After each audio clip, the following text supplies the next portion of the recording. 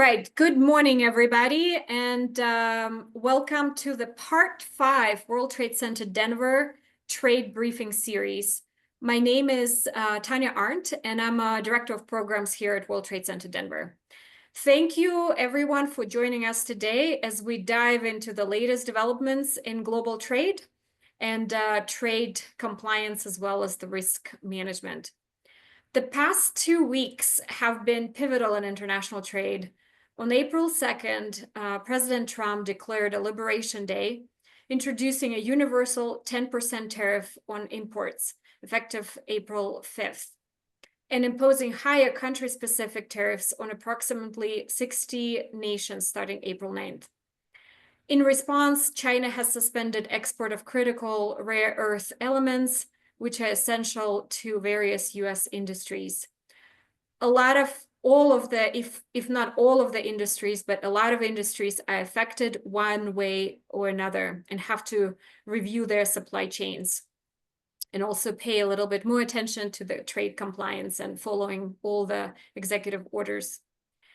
These developments and updates in global trade policy shows the importance of staying informed and connected within the global trade community. And I wanted to highlight 3 ways how you can stay informed. Recently, the number one question we get is, how do you keep track of all the changes as it changes so quickly? Because of that, our team at World Trade Center Denver have created a tariff tracker page. So if you go to our website, and this is what you see now, if you just go WTCdenver.org, and then you go to Trade Services and Tariffs, you will see here the tariff tracker page. So we invite you to go there and to stay informed and updated on all the changes. The second way to stay informed, to stay engaged in all of this, is now more than ever, it is so important to be part of the knowledgeable and supportive network. We invite you to become a member of World Trade Center Denver. And again, to do so, you can just go to our website, worldtradecenterdenver.org, and go to member information and become a member. If you have any questions about our membership level, feel free to reach out to me or to any other World Trade Center Denver team. We'll send the links in the chat as well. And the third way to stay informed, to stay engaged, to be ahead of everything is to join our World Trade Day. It's our largest conference of the year. It's our flagship conference, and this year it's going to be on May 22nd. And if you go again on our website, so I invite all of you to join, to see our website and go to Events and World Trade Day. You will have more information here about the conference. I invite you all to join us there. With that, I'd like to go back. I'm going to actually stop sharing here. Right. A couple of housekeeping notes for this session. These sessions are recorded, and the recordings will be sent out shortly after each briefing. So don't worry if you miss anything, or if you missed the beginning, we'll send that shortly. The format will be 30 to 45-minute briefing, followed by 10 minutes of Q&A. We encourage you to register to the next one as well. We'll send the information following this presentation. These sessions are set up as a webinar, and there are 2 ways to engage. Number one is to use chat for general comments. And the second one, if you have any questions for Dave Glynn, for our presenter, please submit them in Q&A section.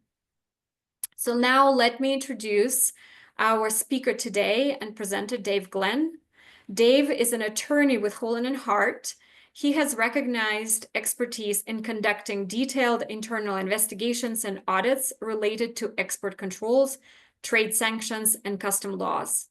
working with clients in the development, drafting, and implementation of compliance program in various areas of federal regulatory law.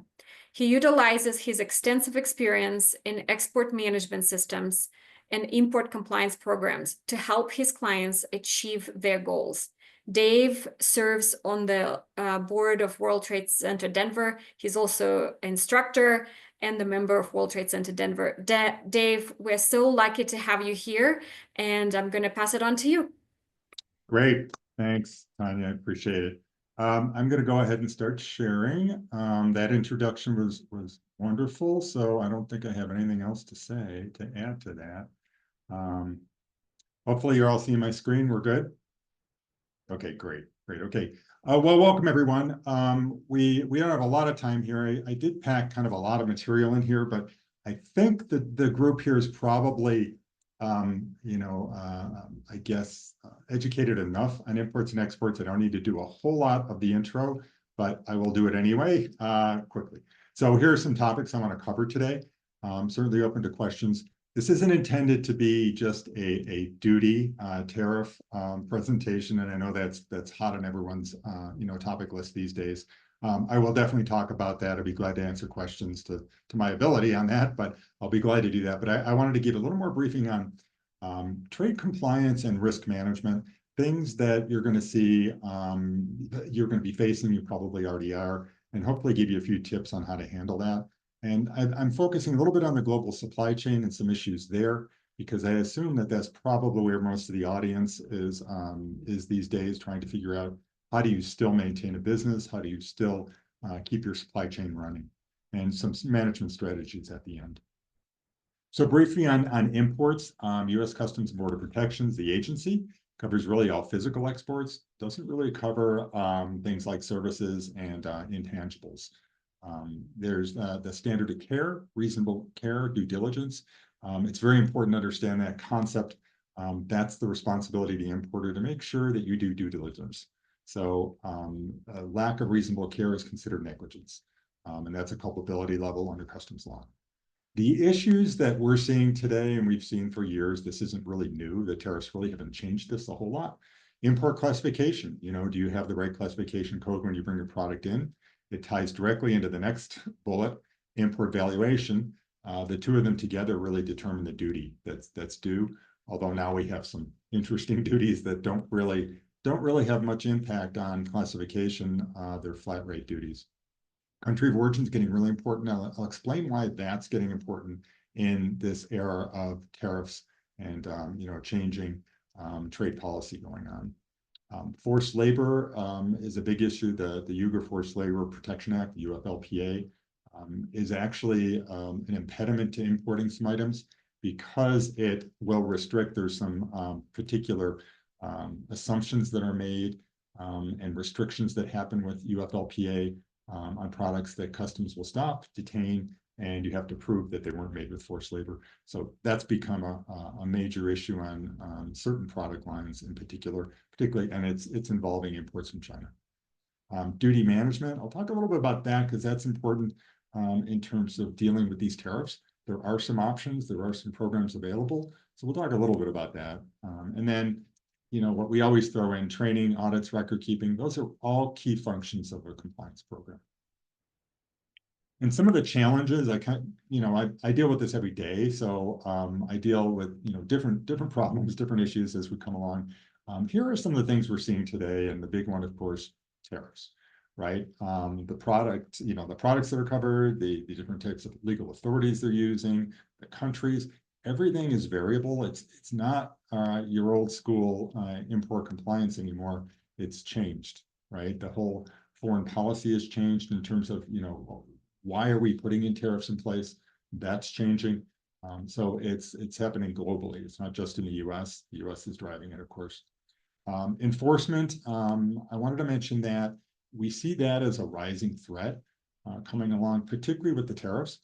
The False Claim Act is really a provision that's been in law. It's not customs law, but it's a provision that a law that allows a relator, someone who has a whistleblower, a relator that has an issue, has facts identifying some kind of cheating of the government, or underpayment of duties in our case, is happening. The individual can turn that party in, and it can claim back some of the revenue that's actually collected if it is a violation. It's happening now, or we think it's going to happen now with tariffs, because they are based so much on country of origin. And I'll talk about and explain that a little bit, how that works. But country of origin has become very important. It was important many years ago. It kind of went, kind of silent. It was still there. But now we're getting much more, involved in what is the accurate, where is the product made. Mitigation, we'll talk a little bit about that, but that's another area in the tariffs region. The other duties haven't gone away, by the way. So we're all dealing with reciprocal. We're dealing with these national security, these other duties. But the other ones haven't gone away yet. And anti-dumping and countervailing still out there. And those are the orders that are put in place in specific products from specific countries that are determined to be traded unfairly, right? And those duties are extremely severe in many cases, maybe over 100%. So which doesn't seem as severe anymore, but is certainly a major impact if you have one of those products. Forced labor, I talked about, definitely a compliance challenge in determining what customs needs to clear your shipment. It's gone back and forth. It's been around a couple of years, the UFLPA has. The law underpinning this, the statute's been around much longer. It's been around a long time. We've never been able to import items that were made with forced labor, but the new law just stepped up the enforcement. Classification, harmonized tariff schedule code of the United States is, of course, very important in terms of, where does your product fit in the classification schedule, the harmonized schedule, because that'll determine duty rate. I put valuation in there. That's always important. But what we're seeing now are issues with where the transactions aren't a sale. When you have a sale from one party to another, it's kind of easy to determine what the price is of the product. It's what you pay generally, transaction value. But in this case, we're seeing, their loans, their repairs coming in, their, other cases where there isn't really a sale. Those are the cases where you might be tempted to put a low price, low value on your import because of the high tariff rates that are coming about to save tariffs, to save duties. And those are the cases that we're looking at, that if that's done improperly and not according, there are customs rules for how you evaluate these type of transactions, and they need to be followed. I put intellectual property because that's an issue. Customs has authority to enforce the intellectual property rules of any imported item comes into the US. And this typically is a trademark or a copyright that is being abused. Now, this chart, I just wanted to put up here quickly. It's kind of interesting in that it shows global tariff rates. And this was really before everything happened with the trade war, if you will. But you can see most countries here have a pretty low tariff rate. And this is overall every product. So obviously they vary from product to product. But overall, you can see the tariff rates generally are pretty low. They're certainly below what we're seeing today. I heard a statistic today that our current aggregate rate over all of our products right now, our duty rate is 27%. So when you look at that and you compare it to this chart, it's not reciprocal, right? It's not one for one, which is the selling point of these tariffs. They were going to be one for one. It's not. It's well exceeding that right now. Of course, there's always room for negotiation. So just briefly on tariffs, the $1.2 trillion deficit is one of the drivers. As you know, there are other drivers that we've been told. And one of them, when you get down to the tariff types, national security. We're concerned that we wouldn't have the materials we would need if to defend the country. So that's Section 232 of this Trade Expansion Act. That's the national security controls. So those don't get implemented kind of ad hoc. They go through a pretty detailed review and assessment, and the Commerce Department will determine if certain items are critical to national security and they're in short supply or not being made in the US. Those are the tariffs right now we have on steel and aluminum.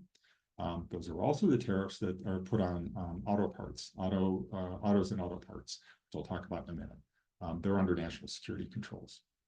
The emergency came about, I think, because national security wasn't quickly enough, a quick enough option to implement tariffs quickly. So national security, the International Emergency Economic Powers Act, IEPA, is the statute that underlies and supports these tariffs. And those are the new tariffs that you'll see. The reciprocal tariffs are coming under IEPA. Unfair trade, that's Section 302 of the Trade Act, and those have been around a long time. They came out in Trump's first administration, if you remember, and they were all in China. And those didn't go away. They didn't go away in the next administration, and they're still there. And those are added on to these other tariffs. So it is an additive process, and that's where you get to these crazy levels above, in 3 digits percentage-wise. Reciprocal tariffs are the ones that were implemented to counter foreign countries what we determined was unfair trading, in that their tariffs were much higher than ours on the same product. And that was the idea. They'd be 1 for 1. As I just mentioned, they're not quite there yet because of all the compounding of all the other tariffs. Secondary tariffs, that's an interesting point. That's a new term that was recently coined. And that's really tariffs on countries that we determine are not in line with U.S. policy. And that particularly has to do right now with countries that would be buying Russian oil. And there'd be a tariff on that country if they're determined to have been buying Russian oil. That hasn't been implemented yet, but that's coming down the way. We think it's coming. That will be, an additional tariff that will complicate matters, because that'll be against the whole country. I was asked to talk a little bit about de minimis. The de minimis program, if you're not familiar with it, low value imports. Right now, the law is when you import an item under $800 or less to one consignee in the U.S., it doesn't require an entry. It doesn't require duty payment. So they're duty-free shipments from any country. So that's a nice little loophole. That happened back in 2016. The figure was $200. It was raised to $800 by Congress, and it was done to foster global trade, of course. We found that maybe is being abused, maybe by some countries, and shipping in a lot of product, low value, no duty. Effective in May 2nd, the de minimis is going to be removed for Hong Kong and China. There's a 120% tariff that they've said would go on these low value items.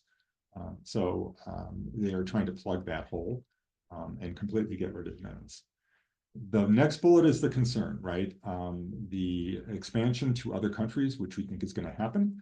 And by the way, that started in the previous administration. They were looking at changing the low value import rules, not necessarily getting rid of it, but what we were thinking is probably a reduction in the value amount to maybe something that would be a little, maybe back to the 200. We don't know. But we think that's going to be expanded, and it's already been hinted from the government that that's going to happen. The auto and auto parts tariffs, national security based, as I mentioned. This again came out of an analysis that was done back in the Trump first administration that determined that we have a national security issue with the production of auto parts and automobiles. 25% on passenger vehicles, light trucks, and that went into effect on April 3rd. The interesting part about that, the U.S. content is not subject to the duty. But that doesn't mean it has to be broken out. Exactly, you have to be able to determine what that U.S. value is. 25% on auto parts is supposed to go into effect on May 3rd. Again, we're hearing that, in fact, I think it was over the weekend, the president came out and said he's looking at some other options for these tariffs, understanding that the supply chain is global, or at least within North America, it's very fluid, and it can't be changed overnight. So I think we're going to see some changes here in these by the time this comes about in May. I think we'll see some differences and some amendments and adjustments. USMCA qualified. USMCA is the replacement for NAFTA. So between the 3 countries in North America, and those parts are still exempt because they're determined they're qualified parts from one of the 3 countries. We think that may be changed again. We don't know, but that's where we are today. And a lot of this, by the time you review this next week, could be all out of date. Apologize for that. And then mitigation strategies, just real briefly, I'll talk about that. Chapter 98 of the HTSUS has preference programs, and those are still available in most cases for these tariffs. There's some for American goods coming in, for goods that were exported coming back, some repair processing abroad, you do that kind of stuff. TIB is temporary import under bond, and that's a provision where you can import items temporarily, a year and up to 3 years if you extend, and they can be exported without paying duty. There's also something called the carnet, which is kind of a license that allows a temporary import that is duty-free as well. I mentioned USMCA, if that's available, you definitely want to look into it. We're seeing companies now that did not concern themselves with USMCA qualification for their items because they were duty-free anyway. So they didn't want to go through the the administrative burden of qualifying an item, which can be significant depending on how complex the item is. They didn't want to go through that, so they weren't qualifying. Now it's become an issue. You might want to look back and see, could we qualify our items? Breaking out the U.S. content is going to be very important.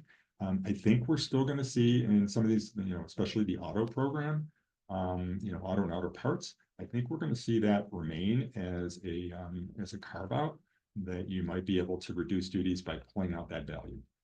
Of course, you'd have to be able to support that and be able to document it. Foreign trade zone, FTZs, another option. Foreign items now have to go in, as privileged foreign status, so they're going to end up being dutied when they come out. But while they're in there, you wouldn't have to pay duty up front. And if you export them, you wouldn't pay duty, of course, because they wouldn't enter the U.S. commerce. Tariff engineering, looking at how you're building your items. Could you move some of that to maybe another country or bring some of that onshore, to the U.S.? Then that's legal. That's legal to do that. But it's looking at your whole bill of materials, seeing how you could break it out, maybe looking at the tariff rates for the different items. Looking at sourcing changes, of course. This is an interesting area where during the first Trump administration with the 301 tariffs on China, many companies looked, and a lot of the Chinese manufacturers looked and moved manufacturing production outside of China, but fairly close, Vietnam, Malaysia, and those kind of countries that are in Southeast Asia. And they would move production, but now they're finding, because we have a huge surplus, trade deficit, I should say, with those countries, they have a surplus with us, that now they're getting hit with reciprocal tariffs. And then U.S. government contracting. I'm not a government contracts attorney, but there are provisions in the federal acquisition regulations for duty-free treatment of certain items that are procured for the government. It might be an option if you're a government contractor. I just put this up as a little, again, this is outdated too. But April 2nd was Liberation Day, as Tanya mentioned. And this just highlights the fact that we're not in the same trade world we were before. I would say at least April 2nd, but things are all turned upside down. What we counted on before is not there anymore. It's changed, right? So we can't necessarily count on saying, our enemies versus our friends, because it seems to be across the board now that we're doing, taking these actions. So it's a new day. I'll talk a little bit about exports briefly. And as far as exports, we got the Commerce Department, Bureau of Industry Security, State Department, Directorate of Defense Trade Controls, right to our people, and then some other agencies, Department of Energy, NRC, they control some exports. They have physical commodities, technology, data, re-exports, transfers, and deemed exports, which are transferring of controlled information to a non-U.S. person in the U.S. is deemed an export to that person's home country. So it's a much bigger scope when you look at it.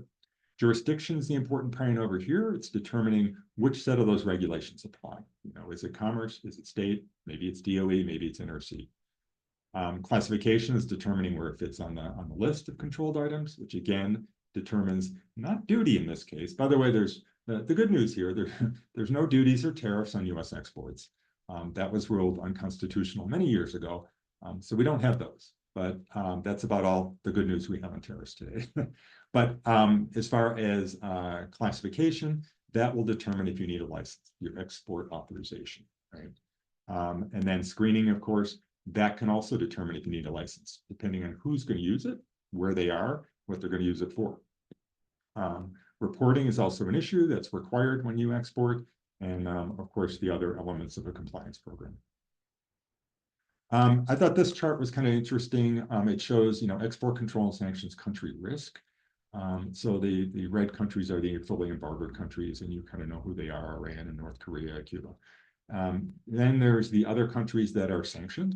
Russia it's become a very difficult country if you're doing any work in Russia exporting there. Very difficult country to export to now. And that's sanctions really under Commerce Department as well as the Treasury, but mostly it's commerce in terms of exporting items. And then some other countries, China is becoming very difficult, particularly on certain commodities that are going over there. Semiconductors, semiconductor manufacturing equipment, things like that, getting very difficult to export to China now. And some other spotty countries that you'll see there, some that we don't really trade with a whole lot. And then you'll see the friendly countries, the ones in gray, that really aren't the high risk. As far as challenges on exports, critical technologies are becoming really important to this administration. They were to the previous one. And as I mentioned, semiconductor manufacturing equipment, semiconductors, anything involving AI.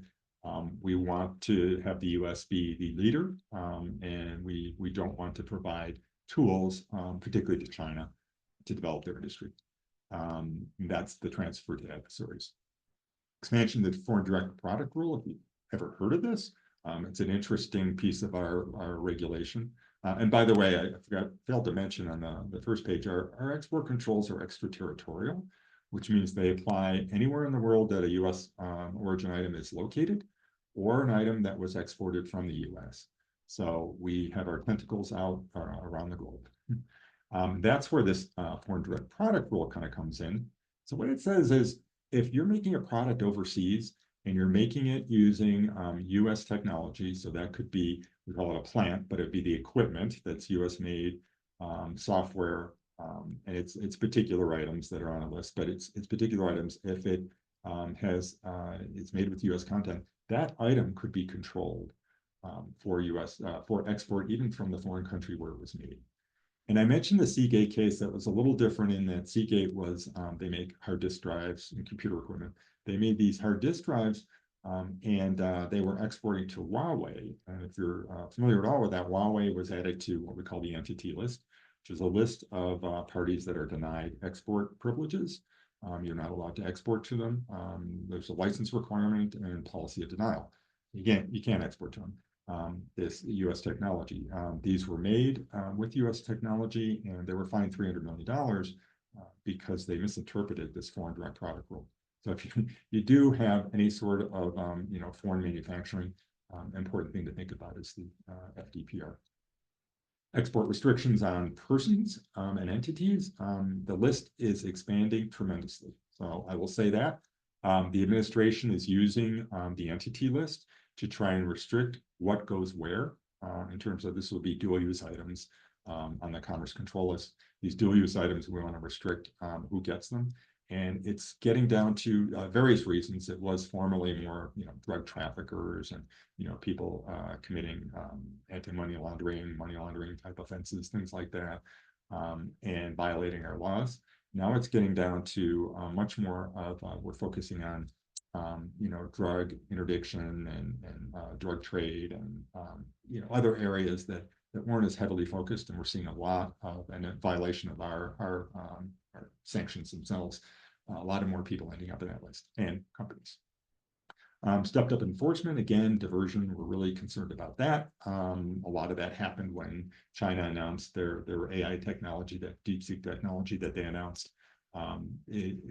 The concern was that US technology, US chips, high-end, high-performance chips were diverted from other countries into China when they couldn't have been exported there directly.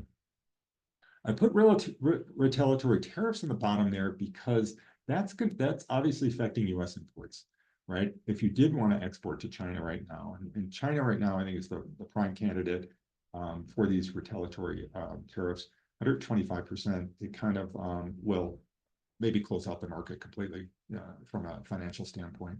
Other countries have threatened. We don't see them yet. And part of the reason is that this administration said, if you put retaliatory tariffs, we're going to raise yours. So if you don't do that, we'll negotiate, I think is the message. And China said they're not interested, right, so far. Sanctions I'll mention quickly because any sort of international trade, you have to deal with US trade sanctions as well. It's the Office of Foreign Asset Control. The Commerce Department, I said, also has some sanction authority in that it deals mostly with the physical commodity moves. Scope, physical commodities, technology, data, re-exports, transfers, financial transactions. This is where you could get into an export control, you could get into a sanctions issue without even exporting if you're doing payments overseas. This happens a lot with services, where you provide a service overseas and then you need to get paid. They have licensing, screening requirements in terms of the embargoed.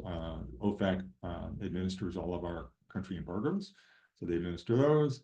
They have listed entities. That list has grown tremendously as well. I think I have a slide on that. As far as what's happening with sanctioned parties, you can see the big increase. A lot of it's dealing with Russia. That was the primary, but there are a lot of other countries, not just limited to the ones you would suspect. But it used to be, we would see, Iran, we would see Cuba, we would see, entities in those jurisdictions. Now we're seeing it a lot in Russia. So the specially designated nationals list is the list you want to check. That list is very comprehensive, and again, it's been growing tremendously recently.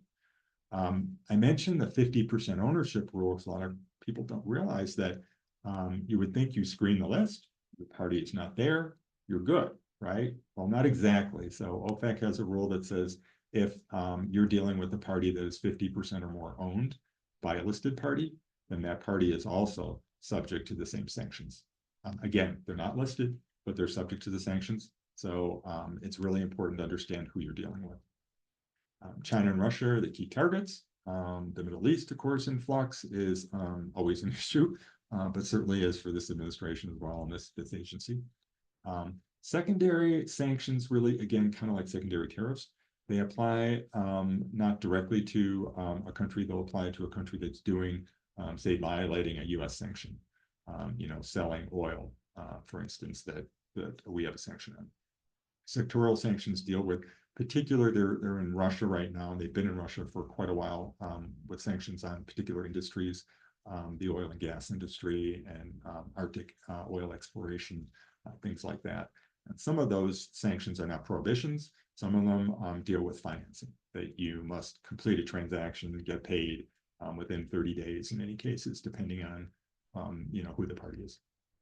Enforcement coordination has to do with the agencies all kind of getting together right now.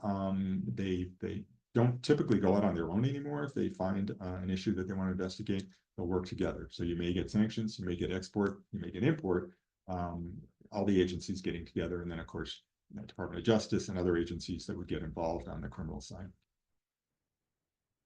So I want to talk a little bit about global supply chain risk management. This is kind of I did a presentation for a group that was focused mainly on supply chain and looking at what are the issues that they need to face. So here are the ones I'm going to cover. We're going to talk first about operational.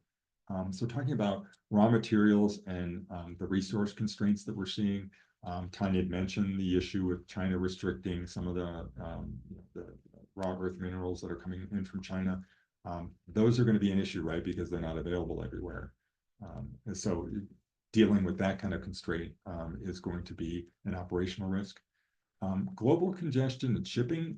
There's things going on now, if you're familiar with the ocean industry, if you do any of that, where the administration is concerned that our maritime industry is not up to snuff. It's not, robust enough. We're not making enough ships in the U.S., and China has taken that over. Statistic was that in 1999, China made 5% of the commercial fleet of ships out there, and today they're making 50%. So you can see that that's the issue. The U.S. is not making enough ships. We don't have enough U.S. flag carriers, and we're concerned with that national security-wise. Other issues, of course, with labor, lead time, and product standards in terms of what you have to deal with on the other end or coming into the U.S.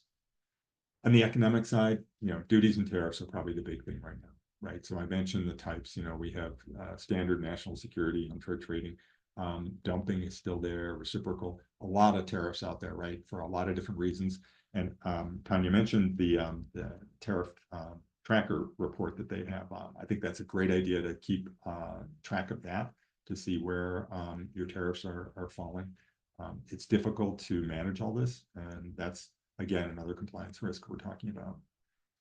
And then, of course, cost, transportation costs, compliance costs, obviously risk. Technology, briefly, it's, talking about cyber attacks, the semiconductor global shortage. That's an interesting one. So getting back to tariffs again, we're expecting, and the administration's announced, there will be tariffs on imports of semiconductors. It's coming. We don't have them yet. They were, by the way, excluded from the reciprocal tariffs, specifically excluded, because what the administration said is they're going to deal with them separately. So they're coming. We're going to see those. We have pretty stepped up tariffs on exports of semiconductors, going particularly to China is the concern, but we're also restricting what we're exporting. The idea here is we want to build up the domestic industry. Software, of course, always a risk, especially in a global environment where you'll have, cloud computing and sharing of data. And then data protections is also becoming an issue in many companies. Geopolitical, again, back to tariffs, sourcing, critical mineral shortages, things like that, that are changing. And then the impact of these foreign adversaries, that we're using that term now in our sanctions and some of the actions the administration is taking. Watch that. I think that's an area where we're going to see maybe some other countries come about. Right now, typically it's the embargoed countries, of course, and China and Russia. Environmental, I won't go into this in much detail, but in terms of infrastructure and weather and availability of materials, again, on your inbound side, is another compliance risk. One of the ways that we recommend actually dealing with some of these risks is, a supplier code of conduct. If you don't have one of these, think about this for your inbound when you're purchasing. Really, it sets the expectations, and you can put the agreements in there, the legally binding agreement. The other party will sign it, and it will allow you to at least have some certainty in your expectations. And expecting a lot, in terms of, do you want them to map the supply chain so that when you do have an inquiry from customs on a forced labor issue, that they have the data available and you can respond quickly. Put that in your code of conduct, set the expectations. And some of the elements here that we talk about, in terms of putting out your values, but more importantly, do you have a supply chain risk management policy at your, does the supplier have that? We want to see that. We want to see that you're considering these factors, right? And how you're addressing them. And all these issues should really be addressed in the plan. Incoterms is another area, and this isn't an Incoterms course, but just be aware that this, again, sets expectations. And assigns responsibilities for the parties in the transactions. Be clear on that. I've seen cases where companies have signed off on purchase orders, on contracts, agreeing to a term and not realizing they were going to be named the importer. They were responsible for all the duties and tariffs. They define, export, who has to export, import, and the risk of loss where that transfers. But they don't actually define title transfer. That has to be done by contract, but also an important factor. They're not law, but they're internationally recognized. So it's important to understand, do you want to accept that responsibility? Do you want to have your supplier, do DDP, for instance, deliver duty paid, which means they take care of everything, including customs clearance and duty payment. But you're going to pay for that, right? So what's the trade-off?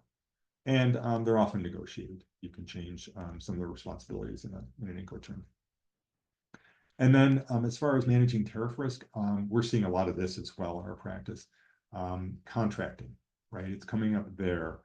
Negotiating up front, who's going to pay the tariffs? You can use DDP and you won't have to pay the tariff directly, but you're going to pay it indirectly, right? The supplier, the seller is not going to probably eat all those costs. especially in such a variable environment that we're in now. As far as including it in the price, it's common to have any known tariffs at the time you sign the agreement being included, right? Because the supplier can actually account for that. But anything after that, and we're seeing a lot of this as well, where the tariffs come in after play after you've already signed the agreement. Then we're seeing a lot of companies doing a tariff share, right? To try and make this a little more fair, so that you don't one party doesn't pick up everything. That's not always available, especially if you don't have negotiation power, and you don't have the ability to negotiate. You can't always do that. And then what we always, if you're going to do that, make sure that there's documentation to show really the actual tariff impact, not projected or estimated. It has to be actual. And then some other strategies I'll just run through quickly here. As far as compliance program, on the trade compliance side of this presentation, that's your key, protection against, penalties and violations, having a compliance program. And you probably all know that import-export include trade sanctions in there as well. And make sure that there's policies and practices underneath, procedures that will implement your trade program. Cross-functional trade group, I found this very effective with a lot of our clients, where they'll get together and talk about these issues. You don't have that, think about that. It shouldn't all rely only on a couple of folks that do trade compliance that are experts. There's obviously the cross-functional, right? You've got procurement, you've got finance, you've got shipping, receiving, you've got a lot of functions that are involved in managing your risk on trade compliance. Automate, a really good advice. Many of the settlements that we're seeing coming out of the export side, from the State Department in particular, are requiring companies to not only fix the errors that they're disclosing, but to automate their licensing process and their administrative process. So think about that going through, certainly screening when you're talking about that, getting that automated. I mentioned duty preference. Evaluate the compliance risk on duty preference. And the reason I mention that is that those programs aren't totally free. So they're free in terms of duty, but they do have documentation and administrative requirements that you need to comply with. If customs does investigate, if they look at one of your duty savings programs that you use and you can't support it, you will pay the duty that you would have owed. And a penalty, it'll be interest from when you owed that original amount. So be careful there. Make sure if you're using a program that you can support it. I say build controls into existing process, because that's how they become effective. If you start piling on a set of new controls that don't fit into your supply chain and your administrative flow, then they're probably not going to be effective, right? They're going to be another piece of work that people are going to see as additional, and it's not going to get done. If you can build it in, if you're already screening, say a new customer, you're already screening them for financial reasons to see if they're a risk. Why not throw in the screen, right? Just do it all at once.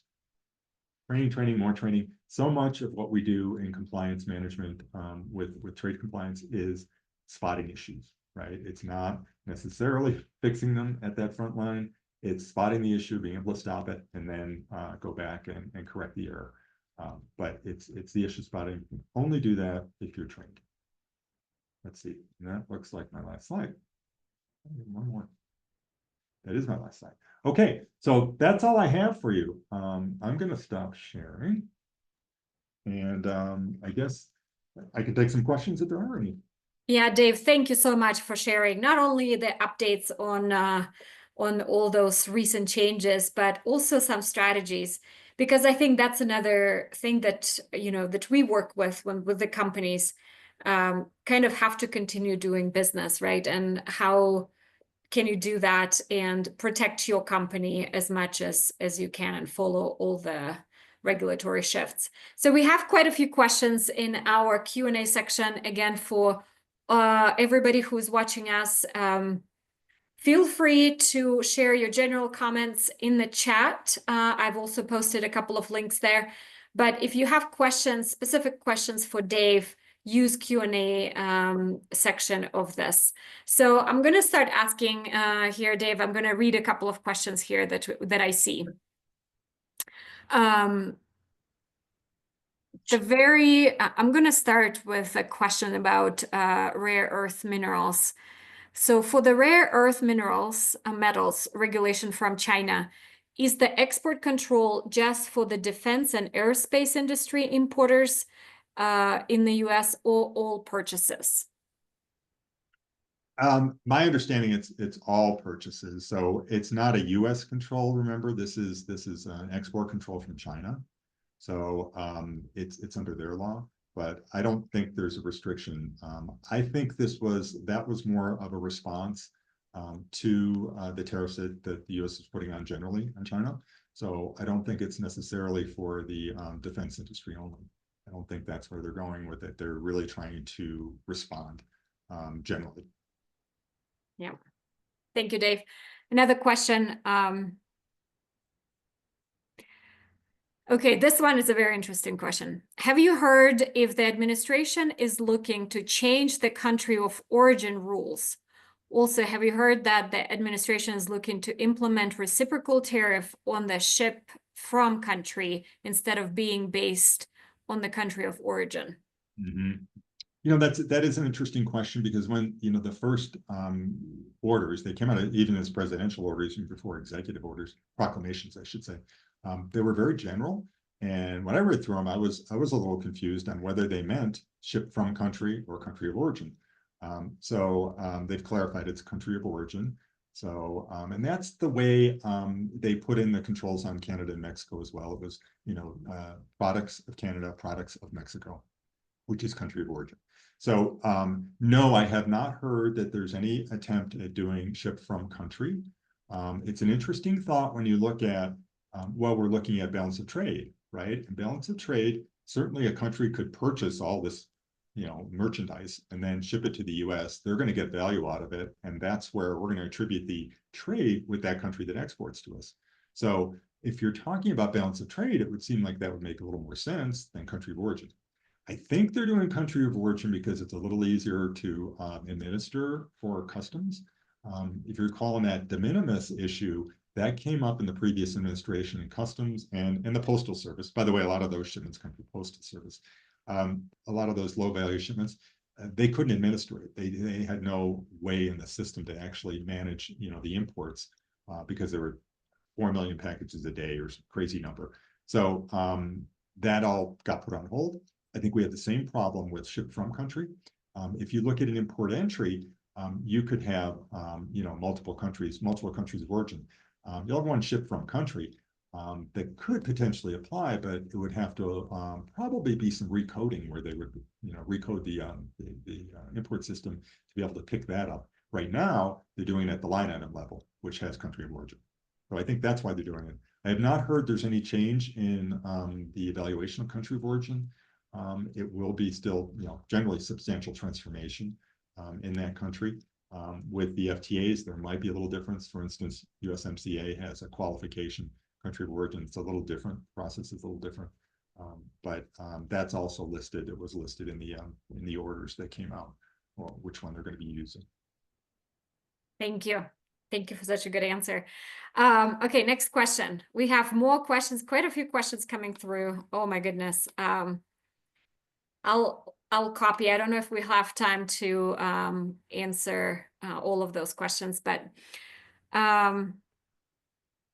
you have mentioned that the strategy was to have a potential tariff and duty backed into the cost of goods as a way for a seller to provide DDP delivery. Could you comment on that? Sure. So with DDP, it's an all-inclusive price, right? So it's from the supplier in whatever country. It includes export clearance, movement of the shipment to the port, export clearance, international freight, insurance, entry at the US side, unloading, customs clearance, and delivery to the domestic location that you identify. So in that, the supplier ends up being the importer of record and responsible for payment of the duties and the tariffs. So, and all fees, everything with imports. So my point was that if you negotiate a DDP price, the foreign shipper seller really needs to incorporate all those costs, not only freight and clearance, but now they have to incorporate tariffs, right?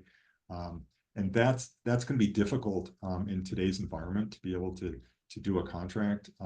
Even, I don't know, even a week out, a couple weeks out, the rates could change, right? And we've seen that happen. So I think it's difficult maybe for a seller to do that, but as a buyer, I kind of like it if that's what it says. I'll be locked into a price. So that's why it's a little dangerous. I think that they're going to have to account for that variability, and you're going to pay more. They're going to have some kind of contingency in there as well. And with the DDP price, they don't need to show you, unless you contract for it, they don't need to show you what they're paying. That's why I say if you're going to go sharing tariffs, sharing the responsibility for tariffs, you want to see, if you're not the importer, you want to see what the actual impact was. Show me that you had to pay 125% or whatever the tariff is, rather than saying, well, this was announced, so we expect it happening, so we're going to charge you, this half of this full amount. When maybe by the time it gets here, it's that tariff has gone away or been reduced or changed. Yeah, and I just also want to comment a little bit on that. I think Incoterms is sometimes overlooked. So companies have been using, like, I don't know, FOB. I think that's the standard we hear quite a lot. But there's, Dave, to your point about cross-functional, collaboration and meetings and things like this. I think Incoterms is such an important concept to understand for different, not only for the shipping department, right, for the sales team as well, because especially now you could sell it under specific Incoterm and you don't know what the implication is going to be. So I think it's very crucial to understand those. And we just had an Incoterm class, so reach out to us if you need to dive into it. I think we do have a recording of that. Okay, next question. If you import product from China to the US and then ship to Canada, do you use the same classification from when the product got here? Normally you would, if nothing's been done to it, right? You haven't enhanced it, done any manufacturing, anything with it hasn't changed. Normally it would stay the same.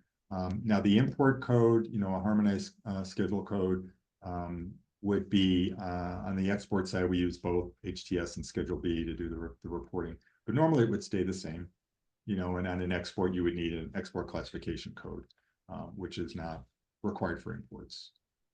So yeah, it would normally stay the same. Okay, next one. I think we have a couple of more minutes for a couple of more questions here. If we ship raw materials from the US to Europe, add raw materials and then ship to China, will the China tariff of 125 apply to the final product, or it will apply to US content only?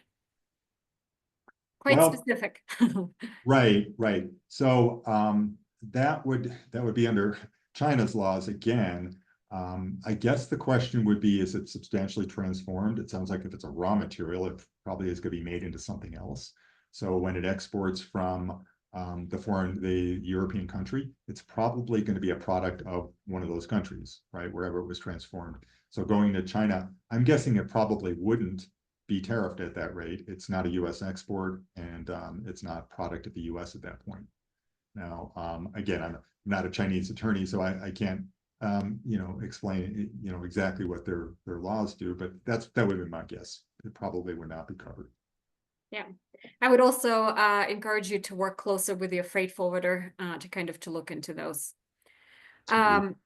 All right, next question. I think we can just take one more question and then close. Okay, do we know the justification for the high duties for Hong Kong?